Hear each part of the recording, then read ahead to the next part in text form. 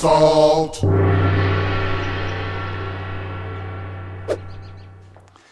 There's an old urban myth that we eat more salt now than ever before.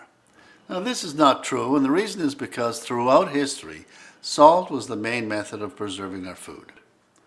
After the Second World War, however, refrigeration took over that function from salt, and salt consumption immediately dropped to about half of what it had traditionally been.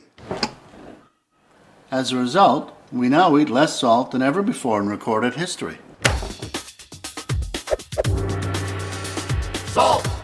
Now, our most famous traditional foods are all made with the use of salt preservation. Cheeses were cured with salt, as was every type of meat, fish, and even many vegetables. Now today I will show you how Gravlax is made. And this continues to be one of the most delicious ways of preparing salmon that produces an amazing appetizer with clean flavors and a remarkable texture. This traditional Scandinavian dish is similar to lox, which is cured salmon that has been cold smoked. Now in its simplest form, Gravlax uses only 4 ingredients: salmon, salt, sugar, and dillweed.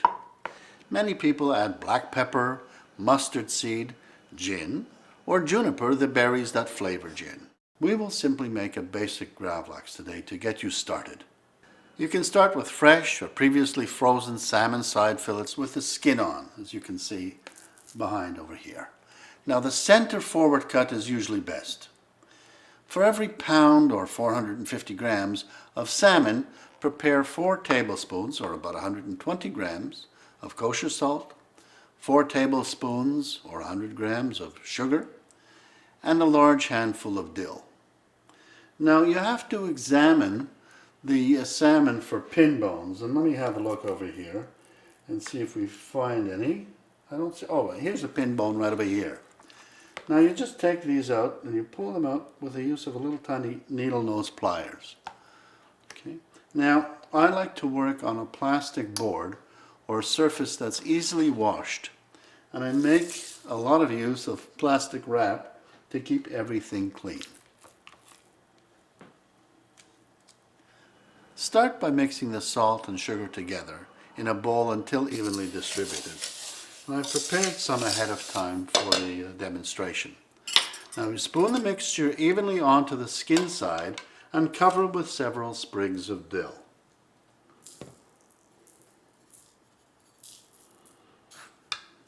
Now you don't have to be shy about getting your hands a little dirty with this, because you have to make sure that it's evenly prepared, and then you cover it with dill. You make sure that that is as even as possible as well. Now once that is done, what I do is I use some saran wrap or plastic film to cover the fish, and by turning it over with the saran wrap, I make sure that all the dill and the salt and sugar mixture stays there. Now we continue by covering the flesh side of the salmon with the same mixture, and as evenly as we can.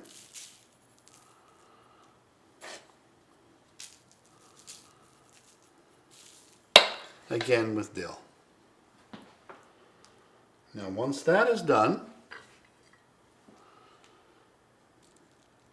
we take another piece of salmon, very similar to the first, cover the flesh side with salt and sugar mixture, spread nice and evenly, sticks to it, place it on top, there we go, the last layer of salt and sugar on top, cover that whole thing with dill, there we go. You can't leave any space empty because you want to make sure it gets fully and evenly cured. Cover this again with dill. Wrap the salmon, salt and dill in the plastic wrap, leaving the ends open to allow the liquid to seep out.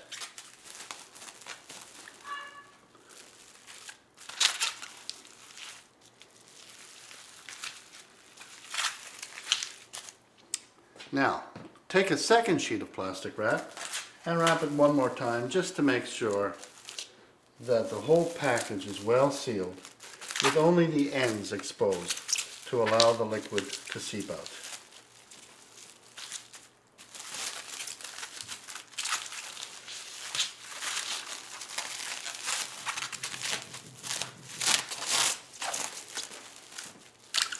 There we go.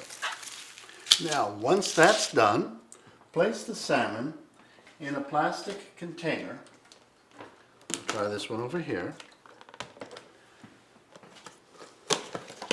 It's very hygienic when you do it this way, and it contains all the juices that might seep out. Now, the traditional method requires that you put a weight on the salmon, so it's very, very convenient because these plastic dishes are all the same size, and you can just put one right on top of the other and fill it with a bit of water, and that will weigh it all down.